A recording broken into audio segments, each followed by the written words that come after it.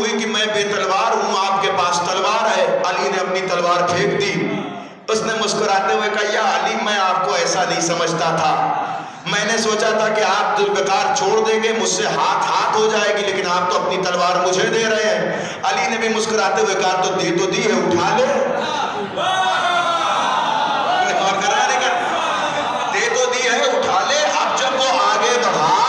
ذوالفقار کو ہلانا چاہا تو ہل بھی نہیں رہی تھی۔ ارے غور کر رہے نہیں کر رہے؟ تلوار کو ہلانا چاہا تو ہل بھی نہیں رہی تھی۔ کہا یا علی یہ کیا ہوا؟ علی نے مسکراتے ہوئے کہا اے ماں میں نے تجھے تلوار دی ہے، قوت ید اللہ نہیں دیا۔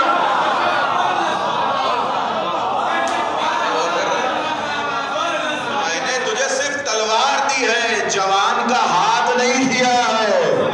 ہاتھ تو ادھر ہے، جب تک ایسا ہاتھ نہیں ہوگا تب تک ذوالفقار اپنی جگہ سے ہلے گی نہیں۔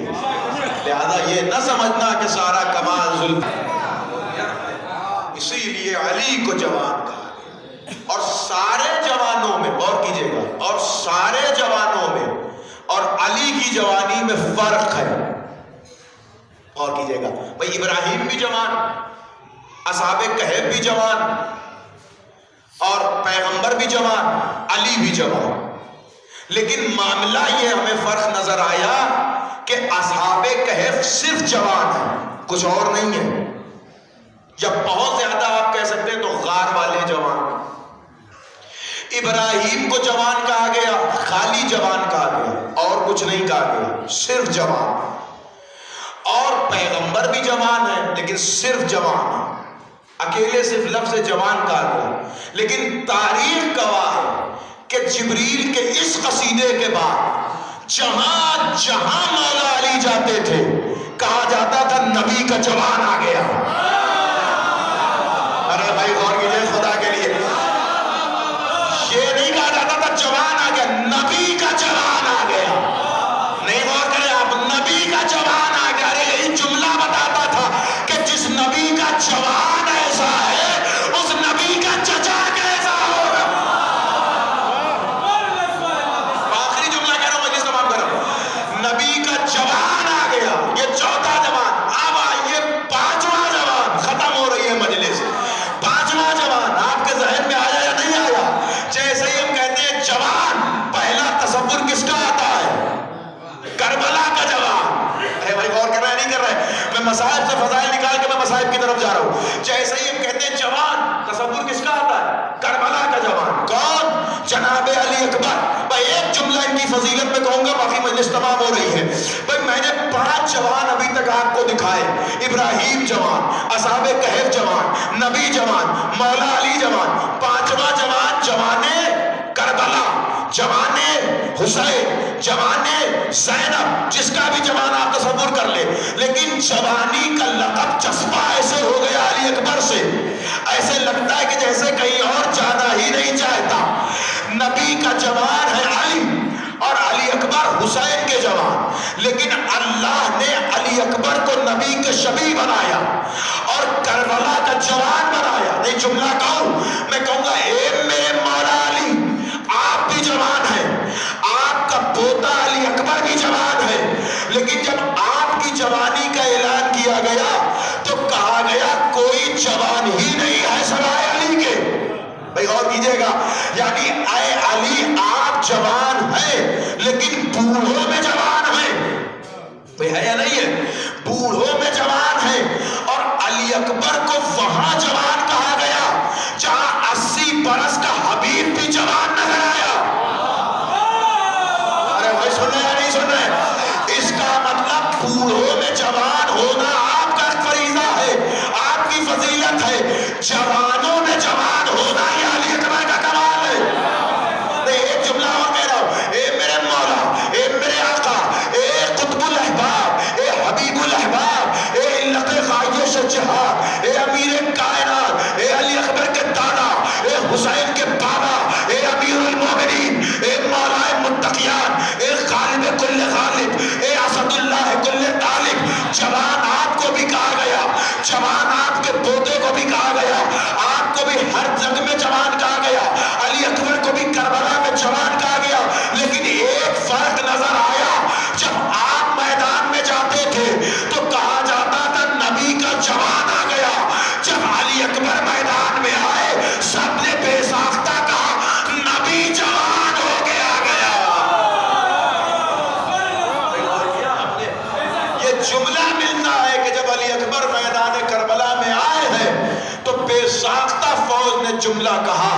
ایسا لگتا ہے کہ جیسے محمد جوان ہو کے پلٹے ہو، نبی جوان ہو کے پلٹے ہو۔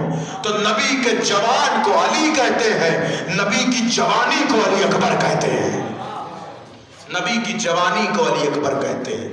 اور کربلا کے میدان میں علی اکبر کے سینے پہ نیزہ نہیں مارا گیا ہے، نبی کی جوانی پہ نیزہ مارا گیا۔ اللہ اکبر۔ آپ سننے کے لیے آمادہ ہو گئے؟ کربلا مصائب کی معراج کا نام ہے۔ لے آئے کوئی تاریخ علی اکبر جیسا بیٹا، لے آئے تاریخ کہیں حسین جیسا باپ۔ ایک جملہ پڑھوں گا جناب علی اکبر کا، پھر میں دوسری طرف آ رہا ہوں، مجھے مصائب جناب سید سجاد کی طرف لے جانا۔ تاریخ کہتی ہے کہ مقتل میں علی اکبر کی شہادت اتنی دردناک شہادت ہے کہ اہل ستم کچھ ہی شہادتوں پہ روئے ہیں، وہ پتھر دل افراد بھی کچھ ہی شہادتوں پہ روتے ہوئے نظر آئے۔ اس میں ایک علی اکبر کی شہادت ہے۔ اس وقت جب حسین جوان بیٹے کے لاشے پہ پہنچے ہیں، ایک جملہ حسین ابن علی نے کہا ہے جو کربلا میں کسی شہید کے بعد نہیں ہے۔ کیا کہا حسین نے؟ جب پہنچے ہیں علی اکبر کے پاس، بے ساختہ کا یا بنیا الدنیا بعدک الافا، اے میرے لال علی اکبر تیرے بعد زندگانی دنیا پہ خاک ہے۔ علماء اس جملے کا ترجمہ کرتے ہیں، اس جملے کا مطلب یہ ہوتا ہے اے میرے لال تیرے بعد حسین کے جینے کی تمنا ختم ہو گئی۔ اللہ، اے میرے لال علی اکبر تیرے بعد جینے کی تمنا ختم ہو گئی۔ یہ ہے حسین کا، اور وہ پھوپھی کہ جس نے اپنے بیٹوں سے زیادہ علی اکبر سے محبت کی ہے۔ تاریخ کہتی ہے اون و محمد کے لاشے پہ بھی زینب باہر نہیں آئی اپنے خیمے سے۔ جب بی بی سے پوچھا گیا تو بی بی یہ کہتی ہوئی نظر آئی کہ میرے دل میں یہ خیال تھا کہ کہیں ایسا نہ ہو کہ میں اون و محمد کے لاشے پہ گریا کر رہی ہوں اور حسین ایک لحظے کے لیے یہ سوچ لے کہ آج میری بہن نے یہ قربانی میری وجہ سے پیش کی، تو میں نہیں چاہتی کہ اتنے دیر بھی میرے بھیا کے چہرے پہ اداسی آئے، لہذا زینب اپنے بیٹوں کے لاشے پہ خیمے میں بھی نہیں آئی۔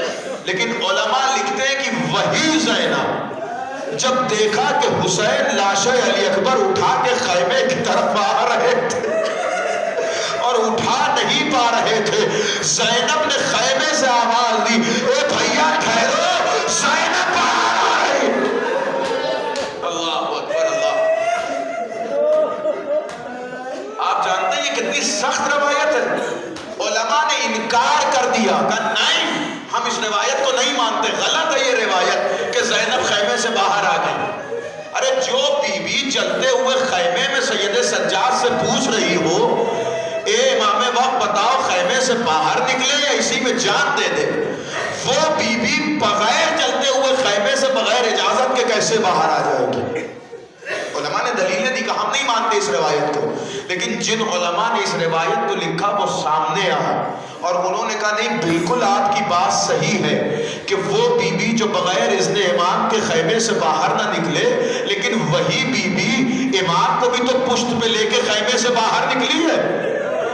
تو اس بی بی کی ایک ذمہ داری امامت کی حفاظت تھی، جیسے زینب جلتے ہوئے خیمے سے سید سجاد کو باہر لے کے نکلی ہے، بالکل یہی حال تھا۔ حسین جب علی اکبر کا لاشا لے کے آ رہے تھے، حسین کے چہرے کا رنگ متغیر تھا، زینب کو ڈر تھا کہ کہیں میرا بھائی دم نہ توڑ دے، اسی لیے زینب باہر نکلی کہ حسین کی توجہ علی اکبر سے ہٹ کے زینب کی طرف منتقل ہو جائے۔ حسین نے زینب کو دیکھا، علی اکبر کا لاشا چھوڑا، اے بہن خیمے میں جاؤ، حسین ابھی زندہ ہے اور جب تک حسین زندہ ہے خیمے سے باہر نہ نکلنا۔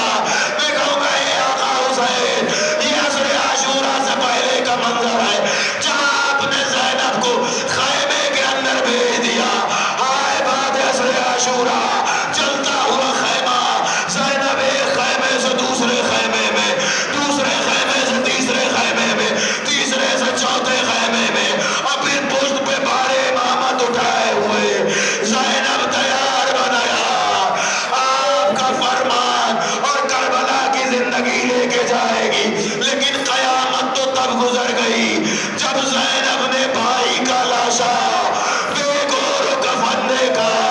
تڑپ گئی زینب، جملہ کا اے بھیا اگر آج سر پہ ردا ہوتی، زینب خود اپنی ردا کو تیرا کفن بنا دیتی۔ اے بھیا یہ بہن اتنی مجبور ہے کہ کفن کے نام پہ